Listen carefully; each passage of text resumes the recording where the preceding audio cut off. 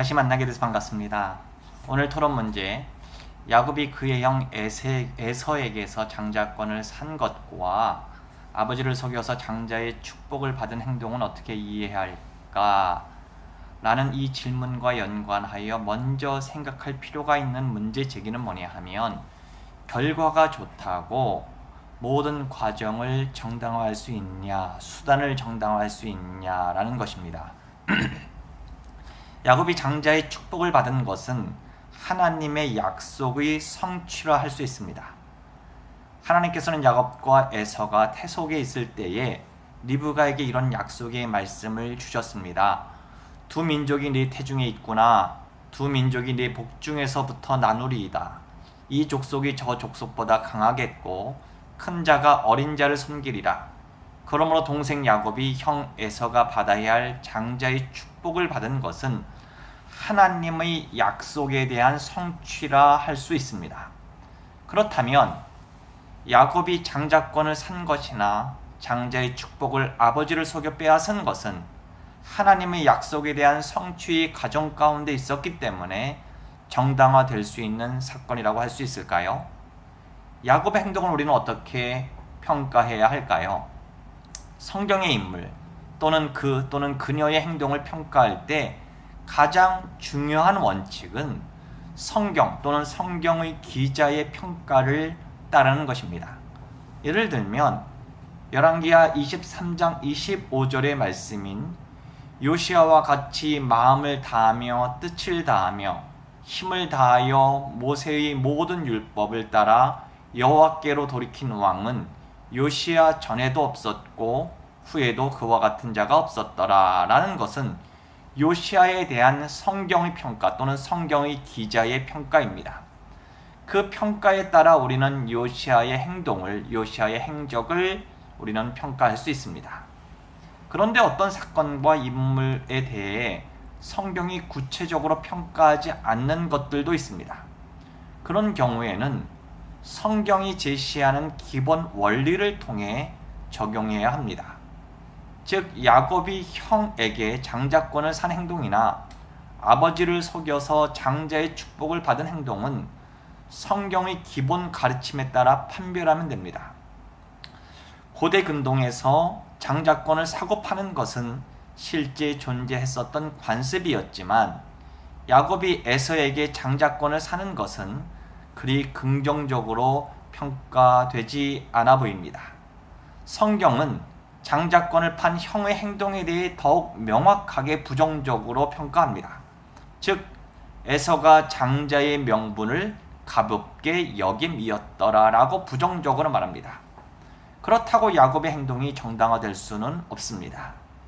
장자권을 산 야곱의 행동도 긍정적으로 보기는 힘듭니다. 왜냐하면 그 매매는 정상적인 상황에서 이루어진 정당한 매매가 아니었기 때문입니다.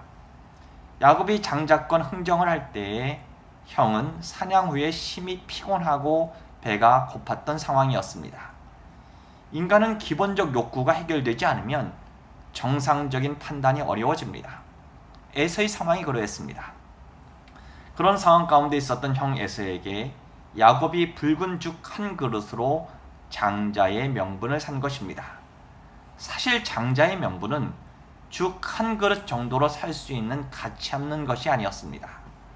그러므로 야곱이 죽 한 그릇으로 장자권을 산 것은 배가 고파 정상적인 판단을 하기 힘들었었던 형 에서의 상황을 악용하여 값싸게 산 부당한 매매라 할 수 있습니다. 일반적으로 형제가 아니더라도 어떤 사람이 사냥하고 들어와 배가 고픈 상황에 있고 다른 사람은 집에서 요리를 하고 있었다면 요리를 한 사람이 배고파하는 사람에게 음식을 대접하는 것은 아름다운 친절의 모습이라 할 수 있습니다. 만약 이 상황이 형제 사이에 발생한 것이라면 음식이 있는 형제가 배고파하는 형제에게 음식을 거저 대접하는 것은 큰 친절이라기보다는 당연한 모습일 것입니다. 그러므로 야곱은 동생으로 당연히 해야 할 대접을 형에게 하지 않은 것이었습니다. 오히려 형의 상황을 악용하여 자신의 욕심을 채운 것이었습니다. 그것은 형제지간에 있어서는 해서는 안 될 파렴치한 행동이라 할 수 있습니다. 장자의 축복을 빼앗는 장면에서도 야곱은 아버지를 속였습니다. 그리고 아버지를 속임에 있어서 하나님의 이름까지 악용했습니다. 아버지 이삭이 자신이 생각한 것보다 빨리 요리를 해갖고 온 에서로 위장한 야곱에게 내 아들아, 내가 어떻게 이같이 속히 잡았느냐? 라고 물었을 때에 아버지의 하나님 여호와께서 나로 순조롭게 만나게 하셨음이니이다 라고 대답했습니다. 즉 야곱은 장자의 축복을 얻으려는 자신의 욕심을 채우기 위해 하나님의 이름까지 오용했습니다. 이것은 하나님의 이름을 망령되이 하는 10계명의 제3계명을 어기는 것과 같은 죄라 할 수 있습니다. 게다가 아버지를 속인 것은 내 부모를 공경하라는 10계명의 제5계명을 어긴 것이라고 할 수 있습니다. 그러므로 야곱이 장자의 축복을 얻기 위해 한 행동들은 10계명을 어긴 큰 죄악이었습니다. 그러므로 이 행동은 비록 하나님의 약속의 성취 과정에서 발생된 것이었지만 정당화될 수 없습니다. 하나님께서는 야곱과 리브가가 이러한 속임을 하지 않았더라도 자신의 약속을 성취하셨을 것입니다. 왜냐하면 그 약속은 전능하시고 신실하신 하나님께서 주신 것이기 때문입니다. 하나님의 약속을 성취하기 위한 목적이라 할지라도 우리는 불법적인 방법을 사용해서는 안 됩니다. 목적이 수단을 정당화할 수 없습니다. 불법적인 행동은 정당화될 수 없습니다. 만약 그 약속이 하나님으로부터 온 것이 확실하다면 하나님께서는 의로운 방법을 통해서 그것을 반드시 이루실 것입니다. 왜냐하면 하나님은 거룩한 분이시기 때문입니다. 야곱은 신앙의 위인입니다.